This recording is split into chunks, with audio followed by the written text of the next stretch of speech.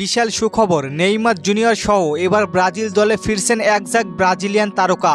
Argentina এবং কলম্বিয়ার বিপক্ষে ম্যাচ খেলতে আল হিলালের হয়ে মাঠে ফিরেছেন নেইমার জুনিয়র, ক্যাসমিরো, অ্যান্থনি সহ অনেক তারকা।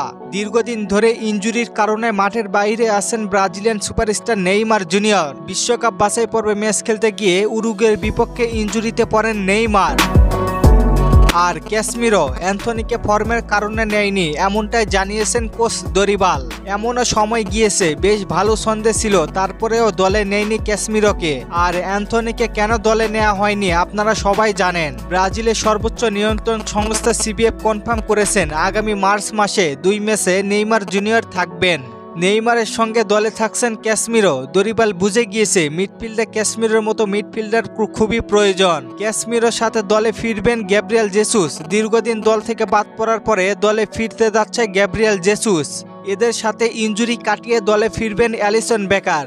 আর্জেন্টিনা ও কলম্বিয়ার বিপক্ষে শক্তিশালী দল নিয়ে মাঠে নামতে যাচ্ছে সেলেসাও বাহিনী। বর্তমানে 5 বারের বিশ্ব চ্যাম্পিয়নরা ভালো অবস্থানে নেই, সব দলই 12 করে ম্যাচ খেলেছে।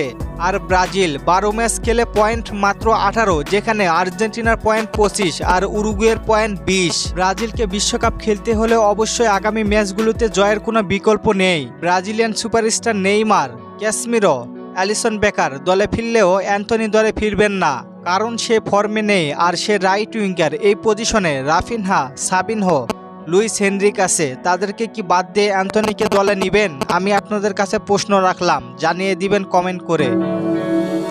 আমি দরিবালের কাছে অ্যাটাকিং মিডফিল্ডার হিসেবে কুতিনহোকে চাইব। সে ব্রাজিল দলে কখনোই খারাপ ছিল না। নেইমারের অভাব সেই বারবার পূরণ করেছে, সে নিজেকে প্রমাণ করেছে জাতীয় দলে বারবার। আপনাদের কি মনে হয় কুতিনহো দলে আসলে কেমন হয়? জানিয়ে দিন কমেন্ট করে। চলেন আপনাদের কমেন্টগুলো দেখে আসি। রাকিব ভাই কমেন্ট করেছে ভিনিসিয়াস জুনিয়র কয় ম্যাচের জন্য নিষিদ্ধ? ভাই 2 ম্যাচের জন্য। তাহাসিফ ভাই কমেন্ট করেছে মার্চের আগে 2টা ফ্রেন্ডলি ম্যাচ হলে ভালো হতো। ভাই হতে পারে, শিওর না এখনো। রিফাত ভাই কমেন্ট করেছে কুতিনহো, অস্কার ব্রাজিল ক্লাবে ফিরেছে, এখন তারা কি জাতীয় দলে সুযোগ পাবে? ভাই না পাওয়ার চান্সটাই অনেক বেশি। আবদুল্লাহ ভাই কমেন্ট করেছে স্কোয়াড কি ঘোষণা করেছে?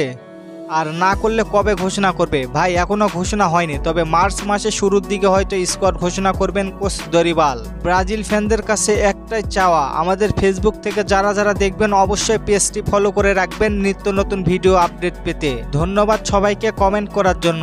আর আপনাদের নতুন কোনো প্রশ্ন থাকলে কমেন্ট করতে পারেন, পরবর্তী ভিডিওতে রিপ্লাই করব। ধন্যবাদ।